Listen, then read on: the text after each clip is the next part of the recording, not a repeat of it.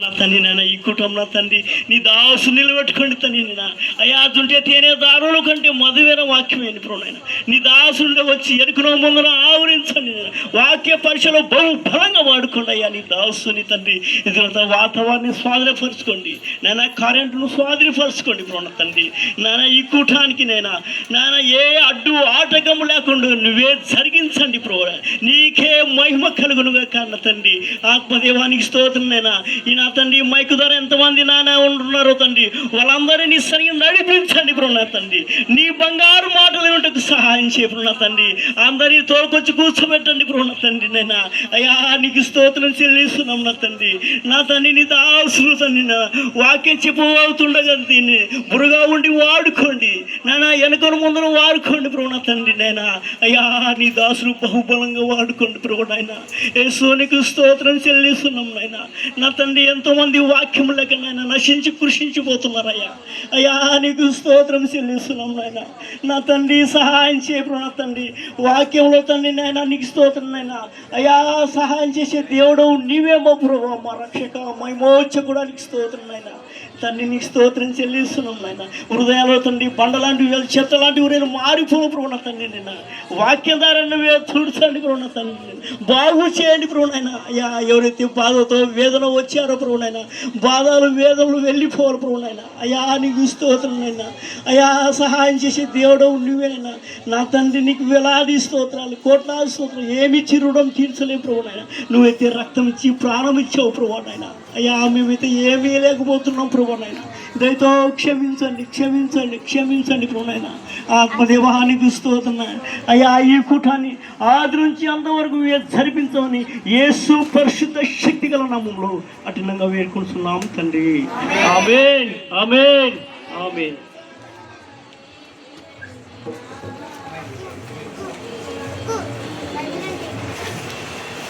దేవునికి స్తోత్రం హల్లెలూయా.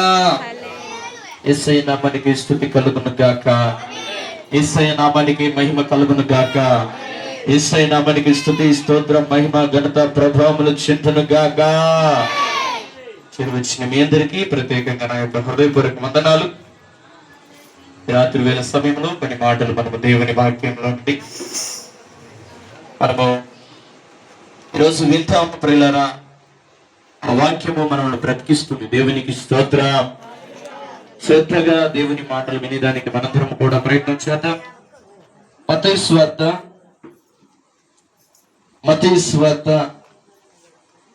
27వ అధ్యాయం వినరా. మత్తయి సువార్త 27వ అధ్యాయం 15వ వాక్యాన్ని అందరము చూద్దాం. జనులు కోరుకొని పండుగలో విడుదల చేయుట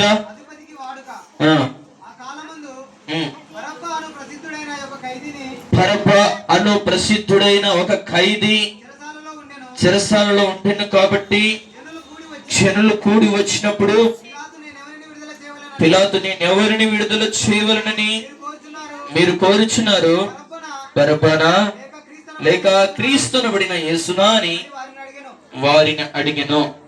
ఎలయనగా వారు అసూయ చేత ఆయన అప్పగించిరని అతడు ఎరిగి ఉండెను. ఈరోజు ప్రియులారా, పరిశుద్ధ గ్రంథంలో ప్రభు పైన అసూయపడిన ప్రజలు, ప్రభు మీద ద్వేషం పెంచుకున్న ఆ ప్రజలు, ప్రాంత ప్రజలు, ప్రభు పైన మొదటిది ఏంటిది? అసూయ. రెండవది ఏమిటి? ద్వేషము.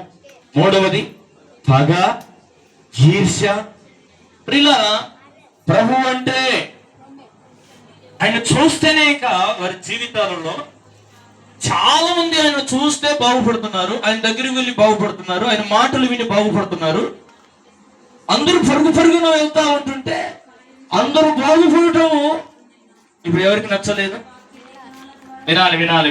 అందరూ బాగుపడటము నచ్చక బాగు చేసే ప్రభు మీద అసూయపడి స్వస్థపరిచే దేవుని పైన అసూయపడి ఎవరిని విడుదల చేయాలి అని ఒక ప్రశ్న. బందిపోటు దొంగతనాలు చేసి దొరికి చెరసాలలో వేయబడినాడు. యేసు ప్రభు ఏ తప్పు చేయలేదు, ఏ పాపము చేయలేదు. ఈయనను కూడా తీసుకుపోయి ఆయన అప్పచెప్పినారు న్యాయపీఠం. వాళ్ళ ముందు ఒక ప్రశ్న, ఎవరిని విడుదల చేయాలి? చెరసాల్లో ఉన్నటువంటి ఆ బందిపోటు దొంగనా, లేదా ఈ న్యాయపీఠం ఎదుట ఉన్నాడు కదా ఇప్పుడు ఈ ప్రభువుని విడుదల చేయాల? ఎవరిని విడుదల చేయాలి? మీరైతే ఏమంటారు చెప్పండి? మీరైతే ఏమంటారు? నేను చెప్పిన మాట ఎవరికి అర్థం కాలేదా? ఎవరిని విడుదల చేయాలంటారు? యేసు ప్రభునే విడుదల చేయాలి. వాస్తవానికి ప్రియులారా, ఆ రోజు వారు వేసిన కేకలు గెలిచినాయంట. వారి కేకలే గెలిచను. చివరికి వారి కేకలే గెలిచను. ఏమి కేకలు వేశారంటే, మాకు యేసు ప్రభు వద్దు, మాకు బరబ్బనే కావాలి, మాకు దొంగనే కావాలి. చూసారా వారి కేకలు? నిజంగా ఎందుకు ఆ ప్రభు పైన అంత అసూయ? ఎందుకు ఆ ప్రభు పైన అంత ద్వేషం? ఎందుకు ఆ ప్రభు పైన అంత కక్ష? పరిశుద్ధ గ్రంథంలో పౌలు అంటాడు, కక్షతో కూడా సువార్త ప్రకటిస్తున్నారు అన్నాడు. దేంతో సువార్త ప్రకటిస్తున్నారంట? ఎవరి మీద కక్ష? చూడండి ప్రియులారా, దేవుని మీద ప్రేమతో సువార్త ప్రకటిస్తే దేవుడు సంతోషపడతాడు. దేవునికి స్తోత్రం. కక్షతో, భేదాలతో, అసూయతో, ద్వేషముతో నిజంగా ప్రజల రోజు నింపబడి నిజంగా పరీక్షలలో పాలు పంపులు పొందినారు, నష్టపోయినారు. మరొక మాట జ్ఞాపకం చేస్తున్నాడు, ప్రభువుని చంపేస్తే అయిపోతుందిలే, ఇక మనకు అడ్డు ఏమి లేదులే అనుకున్నారే, కానీ నిజానికి ప్రభువుని చంపారు. తర్వాత 3వ రోజుల మళ్ళా బ్రతికి కనపడినాడు. చప్పలోడు దేవుని నామాన్ని మహిమపరచు. అయిపోతుందిలే, చంపేస్తే మాకు అడ్డు తొలగిపోతుందిలే అని అనుకున్నారే, కానీ మరి కేకలేసి గెలిచామనుకున్నారే, కానీ చివరికి మరణాన్ని జయించేశాడు ప్రభు. దేవునికి స్తోత్రం. ఆయన మరణాన్ని జయించి మనకు కూడా మరణము లేకుండా చేశాడు. చప్పలోడు దేవుని బిగ్గరగా దేవునికి స్తోత్రం. హల్లెలూయా. యేసయ్య నామానికి స్తుతి కలుగును గాక. యేసయ్య నామానికి మహిమ కలుగును గాక. యేసయ్య నామానికి ఘనత కలుగును గాక. మీలో అనేకులు బోధకులై ఉండకుడి అన్నాడు. ఎందుకంటే బోధకులకు 2 అంతలు ఏముంది? శిక్ష. ప్రభు పిలిస్తే పరిగెత్తు, ప్రభు నడిపిస్తే పని చేయి, ప్రభు వాగ్దానం ఇచ్చి దర్శనమిచ్చి దేవుడు నిన్ను ఎన్నిక చేసుకుంటే ఖచ్చితంగా నువ్వు నిలబడు. దేవునికి స్తోత్రం. ప్రియులారా, ఎందుకంటే అంతలో కనపడే అంతలో మాయమైపోయే ఆవిరి వంటిది జీవితం. దేవుడు పై రూపాన్ని చూడడు, ఆంతర్యాన్ని చూస్తాడు, హృదయాన్ని చూస్తాడు, హృదయ తలంపులను చూస్తాడు. నువ్వు యథార్థంగా నిలబడితే దేవుడు నిన్ను బహుగా దీవిస్తాడు. చప్పలోడు దేవుని నామాన్ని మహిమపరచు.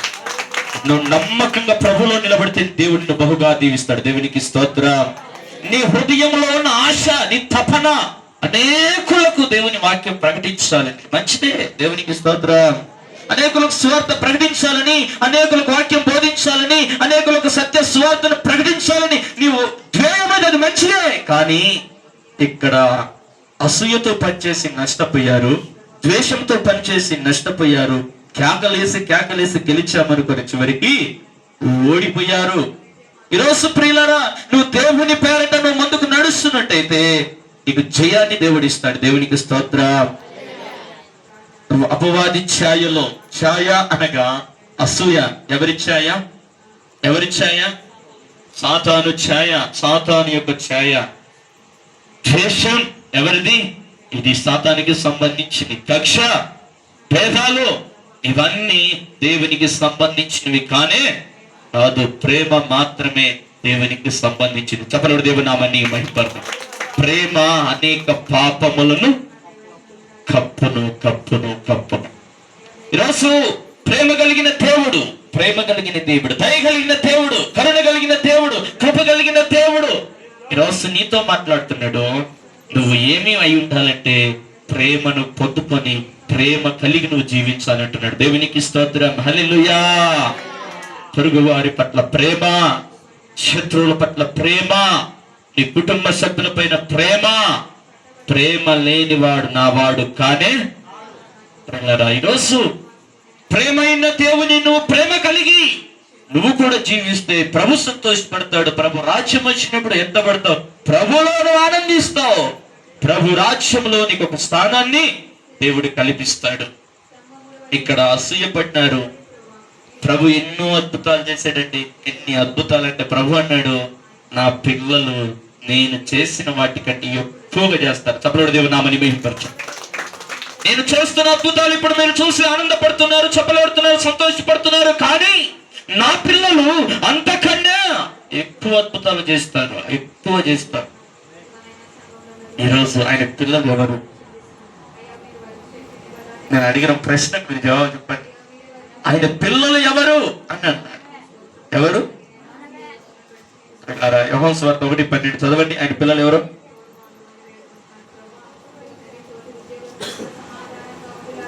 తన్ను ఎందరు అంగీకరించురో వారికందరికి, అనగా తన నామమందు విశ్వాసం ఉంచిన వారికి, తన్ను ఎందరు అంగీకరించురు అనగా తన నామమునందు విశ్వాసం ఉంచిన వారికి, అనగా దేవుని పిల్లలగుటకు ఆయన అధికారము అనుగ్రహించెను.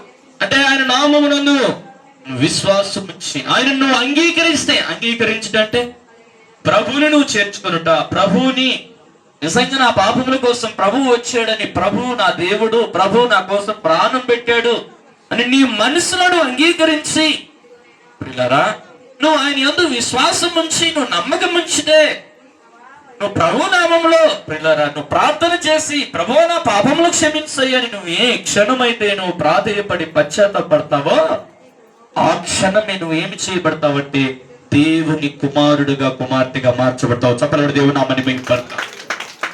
దేవుని కుమారుడుగా నువ్వు కుమారుడుగా కుమార్తెగా మార్చబడిన తర్వాత నీ జీవితంలో బలమైన కార్యములు దేవుడు చేయడం మొదలు పెడతాడు. మార్కు సువార్త 16వ అధ్యాయం 16, 17, 18 వాక్యం చదవండి త్వరగా. మార్కు సువార్త 16వ అధ్యాయం 16, 17, 18 వాక్యములు. ఇంత స్పీడ్గా విన్నాను, సమయం లేదు గనక. మార్కు సువార్త 7:30 అయింది సమయం. నేను 8, 10, 15 కల్లా ముగించేస్తాను, పూర్తి క్లోజ్ చేస్తాను. ఇంకా మార్కు సువార్త 16వ అధ్యాయం 16, 17, 18. నమ్మి బాప్తిస్మము పొందినవాడు, నమ్మి వినండి. ఎలా అంట? నమ్మి బాప్తిస్మము పొందినవాడు. బాప్తిసంలో బలంతం లేదు, ఇది గుర్తుపెట్టుకోవాలా. బాప్తిసము బలంతంగా తీసుకుంటే నీకు రక్షణ రాదు. ఎవరో ప్రేరేపించారని, ఎవరో చెప్పారని, ఎవరో ప్రోత్సాహపరిచారని కాదు. నువ్వు ఈ మారు మనసు పొంది బాప్తిసం తీసుకుంటే నీకు రక్షణ. చప్పలోడు దేవుని నామని మహిమపడతా. మారు మనసు అంటే మాయ మనసు పోయి ఏ మనసు రావా? మారు మనసు. మాయ మనసుకు మారు మనసుకు తేడా 2 రకాలు. మారినట్టే నటిస్తారు కానీ మారి ఉండరు. మారినట్టే నటిస్తారు. మారినాను, నేను పూర్తిగా మారినాను. ప్రియులారా, ఈరోజు నువ్వు నిజంగా మారితే నీలో కక్ష, నీలో భేదాలు, నీలో అసూయ, నీలో ద్వేషము. ఈరోజు ప్రియులారా, నీతి పరిచారకుల వేషము అన్నాడు, వెలుగు దూత అన్నాడు. ప్రభువే ఈ మాటలు చెప్పాడు. గొర్రెల దగ్గరికి తోడేళ్ళు గొర్రె చర్మం ధరించుకొని వస్తుంది, జాగ్రత్త, ఒక్కొక్కరు దొరికితే వారిని పట్టుకొని చంపి తినేస్తుంది. వారి క్రియల వలన వారిని మీరు తెలుసుకుంటారు, వారి మాటల వలన వారిని మీరు తెలుసుకుంటారు, వారి ప్రవర్తన వలన వారిని మీరు తెలుసుకుంటారు. మాకు మంచి పేరు పెట్టారు కొంతమంది. ఏం పేరంటే మల్లెపూల వాసన. దేవునికి స్తోత్రం. మల్లెలు చెప్పండి. మల్లెపూల వాసన ఎక్కువ రోజులు ఉండదు, అది కొంతకాలమే అని. దేవునికి స్తోత్రం అన్నాను నేను. మల్లెపూల వాసన అంటే యాడికోసానికి ఏదో ఒక మంచి వాసన వస్తుంది కదా. దేవునికి స్తోత్రం. ఆ సువాసన వెదజల్లుతాం. దేవునికి స్తోత్రం. నిజంగా నేను అనుకున్నాను, ప్రభువా లేని ప్రాంతంలో వెళ్ళి సేవ చేయాలనుకుంటే దేవుడు ఎందుకో తీసుకొచ్చి ఇక్కడ పడేసిన. నాకు తెలియదు ఆ సంగతి. నేను ఈ ప్రాంతం అసలు వద్దనుకొని వెళ్ళిపోయాను. నేను ఇంకా మొదట్లో అక్కడ వచ్చి నేను అక్కడ ఉండి ఈ ప్రాంతం వద్దని, కానీ పాపం ఎక్కడ విస్తరిస్తుందో అక్కడ కృప విస్తరిస్తుందని దేవుని వాక్యం బోధిస్తుంది. చెప్పడం దేవుని నామని మహిమ. ఎక్కడ అవసరమో అక్కడ దేవుడు నిలబెట్టాడు. దేవునికి స్తోత్రం. అది ఆయన చిత్తము, అది ఆయన ప్రణాళిక, ఆయన ఉద్దేశం. అంటే ఈరోజు ఆ కృప విస్తరించినప్పుడు ఆ కృపలో అనేక మంది నమ్మి బాప్తిసం పొంది, అనేక మంది రక్షించబడి, అనేక మంది ప్రభుని ఆరాధిస్తా ఉంటే నేనేం చేయాలి? సంతోషం పడాలా? దేశపడాలా? కోపగించుకోవాలా? ఏం చేయాలి? నేను అంటాను, దేవుని పని జరుగుతుంటే ఎంత సంతోషపడాలను. నేను అంటాను, ఏదన్నా మందిరానికి నేను వెళ్ళానంటే, ఒకళ్ళు ఎవరన్నా ప్రభుని తెలుసుకొని రక్షించబడినారంటే, అన్నా నీకు 200 చక్కల కోసం కష్టపడి ప్రార్థన చేశావు, ఒకరు నమ్ముకోవడానికి సహాయం చేశాడు. నేను వారం అడుగుతుంటా, ఎంతమంది కొత్త వారు ఎంతమంది వచ్చారన్నా? ఈ రోజన్నా కొత్త వారు కొంతమంది వచ్చారా? కొన్ని కొత్త గృహాలు దర్శించారా? కొత్త వ్యక్తులను దర్శించారా? వారి కోసం ప్రార్థన చేశారా? వారి కోసం మీరు నిజంగా వారి బాధలలో, కష్టాలలో, ఇబ్బందుల్లో ఎన్నో సమస్యలు కుటుంబాలు అన్న తర్వాత ఉండవండి. కుటుంబాలలో సమస్యలు ఉండవండి. కానీ వాళ్ళ సమస్య తెలుసుకొని వాళ్ళ కోసం నువ్వు ఉపవాసాలు నుండి కన్నీరు గార్చి నువ్వు ప్రార్థన చేసి వారి కష్ట దినములు పోనట్టుగా, వారి దుఃఖ దినములు తొలగిపోనట్టుగా, వారు ఆదరించమన్నట్టుగా, వారి మేలుతో తృప్తిపరచమన్నట్టుగా నువ్వు ప్రార్థన చేసి దేవుని మందిరానికి నడిపించినట్టయితే ఎంతమంది మార్పు చెందుతారో నేను చాలా మందిని ప్రోత్సాహపరిచేవాడిని. అయితే ప్రియులారా, ఒక వ్యక్తి, నేను చెప్పాను అన్నా 30 మంది ఉన్నారు కదా, ఈ 30 మందికి రేపు వచ్చే వారానికి వచ్చేసరికి ఎంతమంది ఉండాలా? ఒక్కళ్ళన్నా పెరగలన్నా. నువ్వు వాళ్ళ కోసం సరిగా ప్రార్థన చేయకుండా నువ్వు కడుపు నిండా తిని కంటి నిండా నిద్రపోతే పెరగరన్నా, తగ్గిపోతారు. నువ్వేం చేయాలా? ప్రార్థన చేయాలి, కన్నీరు గార్చి. దేవునికి స్తోత్రం చెప్పండి. ప్రియులారా, మనము కన్నీరు గార్చి మనం ప్రార్థన చేస్తే ఒక పాపి మారు మనసు పొంది బాప్తిసం తీసుకుంటే ప్రభు సంతోషపడతాడు. దాని దీవెన మనకు కూడా వస్తుంది. చెప్పలేడు దేవుని నామని. ఒక వ్యక్తి, నేను చెప్పాను, బుట్టలో చేపలు బుట్టలేక నాకు అక్కర్లేదు. నేను చెప్పిన మాట మీకు బాగా అర్థం కావాలి. సముద్రంలో విస్తారంగా చేపలు ఉన్నాయి. నేనంటాను, నేను ఏర్పాటు చేసినటువంటి ఆ ప్రార్థనా స్థలంలో అందరూ ప్రభుని ఎరగని అన్యజనులే ఎక్కువ శాతం. కొంతమంది రోగాలతో, సమస్యలతో వచ్చిన వారు ప్రార్థన చేయించుకోవడానికి వస్తూ ఉంటారు. ఎందుకంటే వాళ్ళ సమస్యలు తొలగిపోనట్టుగా. దేవునికి స్తోత్రం చెప్పండి. దేవునికి స్తోత్రం చెప్పండి. దేవునికి స్తోత్రం చెప్పండి. ఈరోజు ప్రభు ఆయన దయ కలిగిన వాడు, కృప కలిగిన వాడు, కరుణ కలిగిన వాడు. నాకు ఏమీ లేదు, ఉండడానికి సరైన ఇల్లు కూడా ఉందంటారా? లేదు. కానీ దేవుడు తన పిల్లలను ప్రేరేపించి నడిపించాడు. అమ్మా ఎటు తిరిగి ఈరోజు దేవుడు తన పిల్లలను ప్రేరేపించి నడిపించి ఉండడానికి ఇల్లు ఇచ్చి, ఉండడానికి వస్తువులన్నీ సమకూర్చి దేవుడు కృప చూపించాడు. ఎందుకు ఈ మాటలు నేను జ్ఞాపకం చేస్తున్నానంటే, దేవుడు దయగలిగిన వాడు. దేవునికి స్తోత్రం. నా అక్కర, నా అవసరం తిరిగి సమస్తం ఆయన ఇచ్చుకుంటూ ఆయన కార్యములు జరిగిస్తూ పోతున్నాడు. ఒక చోట ఒక వ్యక్తి అంటాడు, వారి పక్షాన ప్రభు ఉన్నాడు, వారి జోలికి నువ్వు వెళ్తే జాగ్రత్త అని అన్నాడు. పరిశుద్ధ గ్రంథంలో అపోస్తల కార్యంలో, వారిని నువ్వు అణిచివేయాలని చూస్తున్నావు, వారి పక్షాన ప్రభు ఉన్నాడు, నువ్వు జాగ్రత్త అని ఒక మాట హెచ్చరిక. ఒకవేళ ప్రభు వారి పక్షాన లేకపోతే అది ఎక్కువ సమయం, ఎక్కువ కాలం నిలబడదు. ప్రభు వారి పక్షాన నిలబడితే, వారి పక్షాన ఉండగా నువ్వు ఎన్ని చేసినా నీకే నష్టం తప్ప అని చెప్పాడు. 2 అపోస్తల కార్యంలో ఆ మాటలు మనం చూస్తాం. అంటే దేవుని పని కోసం అని పరితపిస్తా ఉంటే సైతాను ఊరుకుంటానే, ఇంతమంది మారిపోతున్నారు, ఇంతమంది మార్పు చెందుతున్నారే. ఆ రోజు బరబ్బను ఏం చేయమన్నారు? విడుదల, యేసు ప్రభుని సిలువ వేయండి. నిజంగా నీతి కార్యాలు, స్వస్థత కార్యాలు, ఎన్నో రక్షణ కార్యాలు జరుగుతుంటే మనం ఏం చేయాలి? సంతోషపడాలి, ఆనందించాలి. దేవునికి స్తోత్రం. ఆ రోజు అసూయపడి నీతిమంతుడైన పరిశుద్ధుడైన ప్రభువునే సిలువకు అప్పగించేశారు, సిలువ మరణానికి. కానీ మరణము ఏమి చేయలేకపోయింది, మౌనంగా ఉండిపోయింది. మరణము ఓడిపోయింది ప్రభు ముందు. చబలోడు దేవనామని మహిమపడతాం.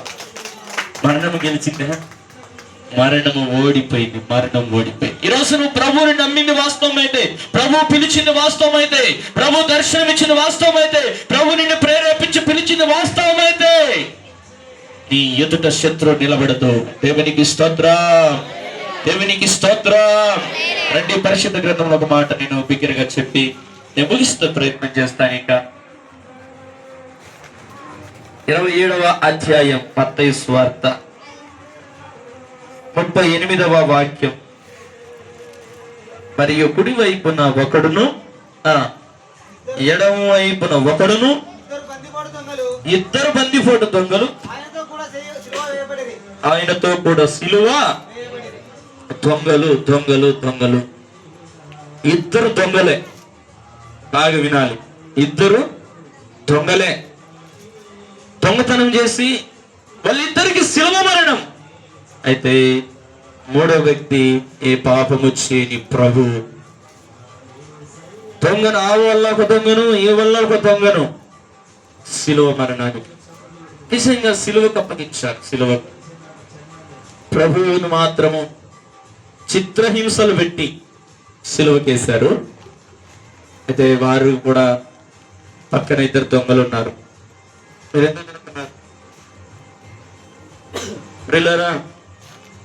పరిశుద్ధ గ్రంథంలో నేను జ్ఞాపకం చేస్తున్నాను. రండి, 29వ వాక్యం. ఆ మార్గమున వెళ్ళుచుండిన వారు తలలూచుచు దేవాలయమును పడగొట్టి 3 దినములలో కట్టువాడా, నిన్ను నీవే రక్షించుకొనుము, నీవు దేవుని కుమారుడు అయితే శిలువ మీద నుండి దిగుమని చెప్పుచు ఆయనను దూషించిరి. ఇక్కడ ఒక మాట, ఇందాక ఫస్ట్ ఏమి అసూయ పడిరి, అసూయ పడిరి.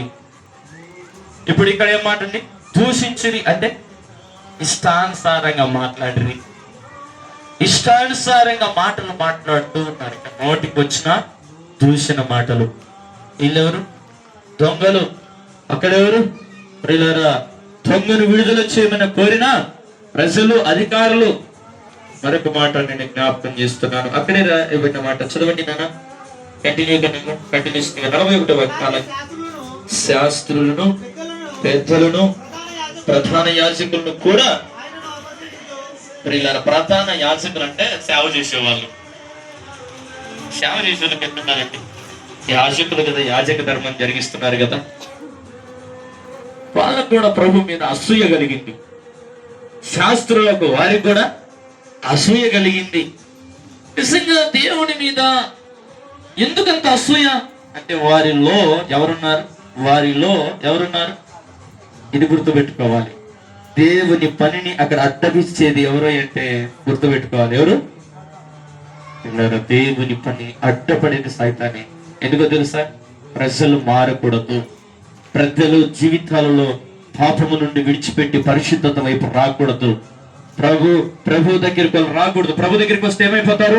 వెలుగుతో నింపబడతారు, ఆత్మతో నింపబడతారు. పరిశుద్ధాత్మ అభిషేకంతో నింపబడినప్పుడు శత్రువు ఓడిపోతాడు. కాబట్టి వాడేం చేస్తూ ఉంటాడు? అసలు వెళ్ళకుండానే అడ్డుపడతా ఉంటాడు.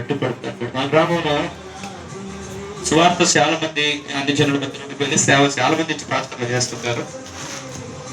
నేను ఒకసారి వెళ్ళి సువార్త ప్రకటించడానికి స్పీకర్ బాక్స్, చిన్నది ఇటువంటి బాక్స్ నాకు ఫస్ట్ నుండి కూడా, ఆ బాక్స్ బజార్లో పెట్టుకొని పట్టబరిసి నేను అక్కడ ప్రార్థన చేయడానికి ప్రారంభించాను. చాలా మంది కొట్టడం, వాళ్ళని చొక్కబెట్టుకుని లాక్కుని ఈడ్చుకుపోవటం చాలా మందిని చూశాను. మా నాన్న చెప్పాడు, అరే వద్దులేరా, ఇట్లా కూర్చొని ప్రార్థన చేస్తున్నాడు. లేదు నాన్న, దేవుడు ఎందుకు నన్ను ప్రేరేపిస్తున్నాడు, ఆ ప్రాంతానికి వెళ్ళాలి, వారికి సువార్త ప్రకటించాలని కన్నీరుగా ప్రార్థన చేసి ప్రారంభించాను.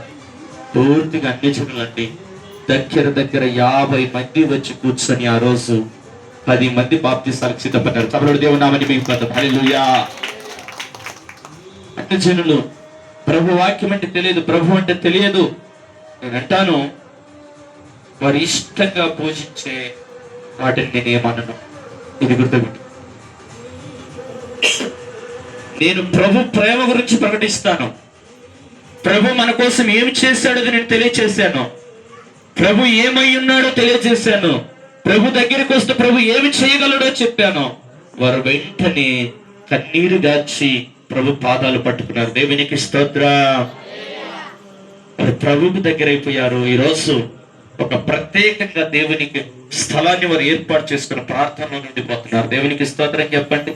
నేనంటాను, నా దగ్గరికి నేను రమ్మని చెప్పలేదు. మీరు ఎక్కడ ఏముంటే అక్కడ వెళ్ళిపోండి అన్నాను.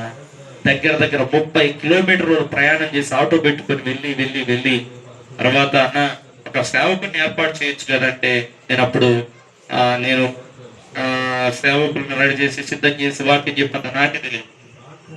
నేను చెప్పాను, ఎక్కడైనా ఒక పాస్టర్ దగ్గరికి ఒక సేవకుడికి చెప్పండి, ఒక సేవకుడిని మీరు తీసుకొచ్చుకుని ఆయన మీరు పోషించండి అని చెప్పాను. దేవునికి స్తోత్రం. ఈరోజు ఒక దైవజనుడు వాళ్ళ మధ్యలో ఉండి గొప్ప సేవ జరుగుతుంది. దేవునికి స్తోత్రం. ఎందుకు ఈ మాటలు చెప్తున్నానంటే, మనం దేవుని వైపు ఒక వ్యక్తిని కదిలింపాలి. దేవుని పని మనం చెయ్యాలి, అప్పగించేసేయాలి. అక్కడ దేవుని కార్యాలు మనం కరుణారా చూస్తాం. అసూయపడినారు, ద్వేషపడినారు, కానీ దేవుని పనిని ఎవరు ఆపలేకపోయినారు. నిందించిన వారే, అవమానపరిచిన వారే, గాయపరిచిన వారే నిజంగా వచ్చి తర్వాత క్షమాపణ కూడా చెప్పారు. మా చాలా జరిగి చెప్పారు. చాలా దేవుడు కొడితే ఎక్కడ తిరిగి పడిపోతారు. దేవుడు కొడితే పిల్లరా, అందుకే దేవుడు అంటే నిజంగా భయం కలిగి భక్తి కలిగి జీవించాలి. దేవునికి స్తోత్రం. ఈరోజు నా జీవితాలలో దేవుని చేతిలో పడుతుంది భయంకరం. ఈరోజే నీ పాపములు ఒప్పుకొని విడిచిపెడితే నీకు క్షేమము, నీకు ఆశీర్వాదం, నీకు దీవెన. 2 దొంగలలో ఒక దొంగ అంటున్నాడు. 2 దొంగలలో ఆ దొంగ ఏమంటున్నాడంటే, నిన్ను నువ్వు రక్షించుకొని నన్ను కూడా రక్షించవచ్చు కదా. అంతమందిని బాగు చేసినావు కదా, అంతమందిని స్వస్థపరిచినావు కదా, ఈ శిలువ మరణం నుండి దిగి రావచ్చు కదా. నువ్వు దిగి వచ్చి నువ్వు ఆ మరణాన్ని తెప్పించుకొని నన్ను కూడా తప్పించవచ్చు కదా. ఒక దొంగ. మరొక దొంగ అంటాడు, నిజంగా ఈయన దేవుని కుమారుడు. అయ్యా, నీ రాజ్యం వచ్చినప్పుడు నన్ను ఖచ్చితంగా జ్ఞాపకం చేసుకోయంటే ప్రభు అంటాడు, నేడే నీవు పరదేశంలో నువ్వు నాతో కూడా ఉంటావు. చప్పటి దేవుని హల్లెలూయా, హల్లెలూయా. దొంగకు ఇప్పుడు ఏమొచ్చింది? మారు మనసు వచ్చింది. ఏ మనసు పోయి ఏ మనసు వచ్చింది? దొంగ మారాడు. మధ్యాహ్నం చెప్పాను, ఒక వ్యభిచార స్త్రీ మారింది. రాహాబు అని ఒక వ్యభిచార స్త్రీ. అంటే ప్రభు దగ్గర దొంగలు వచ్చి ఏమైపోతున్నారు? మారిపోతున్నారు. ప్రభు దగ్గరికి వేశ్యలు వచ్చి ఏమైపోతున్నారు? మారిపోతున్నారు. ప్రభు దగ్గరికి తాగుబోతులు వచ్చి ఏమైపోతున్నారు? మారిపోతున్నారు. ప్రభు దగ్గరికి వచ్చేది ఎందుకంటే మనం మారడం కోసమే, మన మార్పు చెందడం కోసమే, మన జీవితాలు బాగుపడటం కోసమే. దేవునికి స్తోత్రం చెప్పండి. దేవునికి స్తోత్రం చెప్పండి. ప్రభు దగ్గరికి వస్తే నువ్వు మార్పు చెందుతావు. ఆ ప్రభావము నీలో ఫలిస్తుంది. దేవునికి స్తోత్రం. ఊళ్ళూరులో మేము ఇల్లు తిరిగి కరపత్రికలు ఇచ్చి వాక్యం చెప్పి అందరికి గంటల సమయం అయిపోయింది. నేను ముగిస్తాను. ఇక 8 అయింది. తిరిగి స్వార్థ ప్రకటిస్తుంటే ఆ ఊరికి వచ్చే సేవకులు లేరు ఫస్ట్ మొదటి. ఎందుకంటే అక్కడ పోతే కానుకలు ఇయ్యరు. ఇది మెయిన్. 5 రూపాయల బిల్లులు, రూపాయి బిల్లులు, 2 రూపాయల బిల్లులు మొత్తం కలిపితే 70 రూపాయలు వచ్చినాయి సార్ కానుక. ఆ పెట్రోల్ పోసుకొని మేము వస్తా ఉండేవాళ్ళం. ప్రతి బుధవారం, ప్రతి ఆదివారం, ప్రతి బుధవారం ఆదివారం సాయంత్రం మమ్మల్ని ఎవరైనా రమ్మని పిల్లలు పిలుస్తారు, మేమే పోతాం. ఇల్లు తిరగటం, కరపత్రం చేయడం, సువార్త ప్రకటించడం. ఊర్లో గొప్ప కదలికి వచ్చి దేవునికి స్తోత్రం. తర్వాత ఎంతమంది పాస్టర్లు పోటీ పెట్టారంటే 5 మంది పాస్టర్లు పోటీ పెట్టారు. నేను కానీ ఇంతమంది వాడబడుతున్నాక నేను ఆగిపోయాను. ఒక మందిరం పడిపోయిన మందిరం, ఆ మందిరాన్ని కట్టిన ప్రేరేపించి వాళ్ళు చక్కగా 27 లక్షలు పెట్టి మందిరం కట్టుకున్నారు. ఒక రోజు ఆ ఊరు వెళ్తే అంటున్నారు, అన్నా బాగలేనప్పుడు అంత తిప్పలు పడి సంవత్సరం పొడవుతున్న పరిచయం చేసినాం, ఇప్పుడు బాగుపడినాక రావేందనంటే 5 మంది పోయింటి పోయినారు. నేనెందుకు లేని చోట నేను చేస్తానని వెళ్ళిపోయినాను. దేవునికి స్తోత్రం. చక్కగా ఈరోజు ఆ గ్రామంలో కొంతమంది కదిలింప చేసిన ఏమో గాని, విశ్వాసం ఏమో గాని, నేను ప్రకటించిన ప్రతి చోట సేవకులు కదులుతున్నారు బాగా. దేవునికి స్తోత్రం. సేవకులు మాత్రం మరి కదిలిపోతున్నారు. వాక్యం బాగా ఫలిస్తుంది అనుకుంటున్నాను. దేవునికి స్తోత్రం. నేనంటాను ఆ కదలిక కడవరికి ఉండును గాక, గొప్ప ఉజ్జీవం రగులుకొనును గాక, గొప్ప మార్పు యేసు నామములో వచ్చును గాక, ప్రజల జీవితాలు ఆశీర్వాదకరంగా యేసు నామములో మార్చబడును గాక. పరిశుద్ధ గ్రంథంలో దొంగలు పిల్లరా, ఒక ఆయన దూషించి, ఇద్దరు దూషించారు, కానీ ఒక వ్యక్తి దూషించేది మానుకొని, అయ్యా నీ రాజ్యం వచ్చినప్పుడు నన్ను జ్ఞాపకం చేసుకో. దొంగకు మారు మనసు వచ్చింది. మీకు నాకు మనందరికి ఏం రావాలి? ఏం రావాలి? అన్నీ చెప్తే నేను సంతోషపడతాను. మళ్ళా నేను చెప్తున్నారే, మారు మనసు. తల్లి, చెల్లి, అక్క, అన్న, ఈరోజు నువ్వు మారు మనసు అనగా ఏమిటి? పాత జీవితం పూర్తిగా ఏం చేయబడాలి చెప్పాలా? పాతి పెట్టాలి. చనిపోయిన వ్యక్తిని అంటనే ఉంచుతారా? చనిపోయిన వ్యక్తిని ఎన్ని రోజులు ఇంట్లో ఉంచుతారు? ఎంతో ప్రేమ ఉందనుకోండి, ఎంతో ఇష్టం ఉందనుకోండి, కాబట్టి నా బంగారమే అంటుందని తన భర్తను, మా బంగారం అంటుంటే, అమ్మో నా బంగారం అంటుంటే, ఓయమ్మ భర్త మీద ఎంత ప్రేమ ఉందో, వీళ్ళు పాడి ఎత్తుకొని పోయేసరికి నా బంగారం వెళ్ళిపోతున్నాడు, ఆయన వద్దు అయ్యా ఉంచండి అయ్యా అంటుంది. ఒక గంట సేపు చూసినారు, ఒక రోజు చూసినారు, 2 రోజులు చూసినారు, 3వ రోజు మళ్ళీ ఎత్తుకొని పోతే నా బంగారాన్ని ఎత్తుకొని పోవద్దయ్యా అంటే, ఇన్ని రోజులు ఏడుస్తే వాళ్ళు పట్టించుకోకుండా బయట పోయి కూర్చున్నారు. ఆమెకే వదిలిపెట్టి ఆ తర్వాత అంటుందంట, నా బంగారం వాసన కొడుతున్నాడు, అయ్యో ఎత్తకపోండి. ఏమంటుందంట? వాసన, నా బంగారం వాసన కొడుతుంది. బంగారం అనే ఇవాళ ఎత్తుకపోయి పాతి పెట్టొద్దామని తీసుకుపోని ఎక్కుంది, ఏడుస్తుంది, అడ్డుపడుతుంది, కాళ్ళ ఎలా పడుతుంది, ఎత్తకపోవద్దని. ఇన్ని రోజులు ఏడుతూ అని వదిలిపెట్టినారు అని అంటుంది. అయ్యా వాసన కొడుతుంది, ఎత్తుకొని తీసుకుపోయినారు, పాతి పెట్టి వచ్చినారు.